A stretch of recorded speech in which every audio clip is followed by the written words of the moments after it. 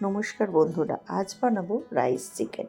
এটা আমি করব পুরোটাই প্রেশার কুকার গরম হয়ে গেছে। এখন তেল দিয়ে দিলাম, আদা রসুনের পেস্টটা এর মধ্যে দিয়ে দিয়েছি। এবার একে একে হলুদ গুঁড়ো দেবো, জিরে গুঁড়ো দেবো, লঙ্কা গুঁড়ো দেবো, দিয়ে এটাকে ভালো করে নাড়াচাড়া করে নেবো।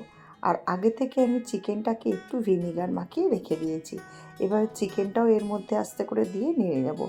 এই রান্নাটা কিন্তু খুব তাড়াতাড়ি, আপনার 15 মিনিটের মধ্যে হয়ে যাবে। বাড়িতে কেউ এলে কিন্তু তাড়াতাড়ি দিতেও পারা যায় করে। দেখো আমার চিকেনটা দিয়ে দিয়েছি। চিকেনটাকে দিয়েও যখন একটু নাড়াচাড়া করে যখন দেখলাম একটু তেল উঠে উঠে এসছে, তখন আমি একটু ঢাকা দিয়ে দিলাম।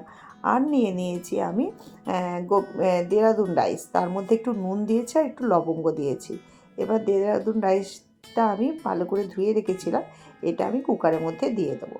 এবার এটা একটু ভালো করে নাড়াচাড়া করে এর মধ্যে পরিমাণ মতো জল, মানে আমি যতটা চাল নিয়েছি তার ডবল জল আমি দিয়ে দেব এর মধ্যে। আর দেব সামান্য আরেকটু নুন, মানে এটা টেস্ট অনুযায়ী, যদি দেখি কম হয়েছে তখন।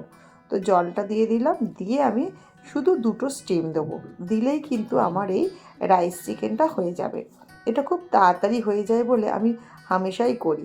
আর সামান্য একটু আমি এতে টমেটো সস দিয়ে দিলাম। এটা দেখা যাচ্ছে না, এক হাতে ক্যামেরা তো এই জন্য ঘুরে গেছে। দেখুন তো কেমন দেখতে লাগছে। আর যেই এখন হয়ে গেছে তাতে একটু গরম মশলা আমি দিয়ে দিলাম, পুরো গরম। কেমন দেখতে লাগছে বন্ধুরা, আর খুব তাড়াতাড়ি হয় না। প্লিজ একবার সবাই বাড়িতে করে দেখবে, আর করে দেখে যদি ভালো লাগে একটা লাইক, শেয়ার আর সাবস্ক্রাইব করে দেবেন।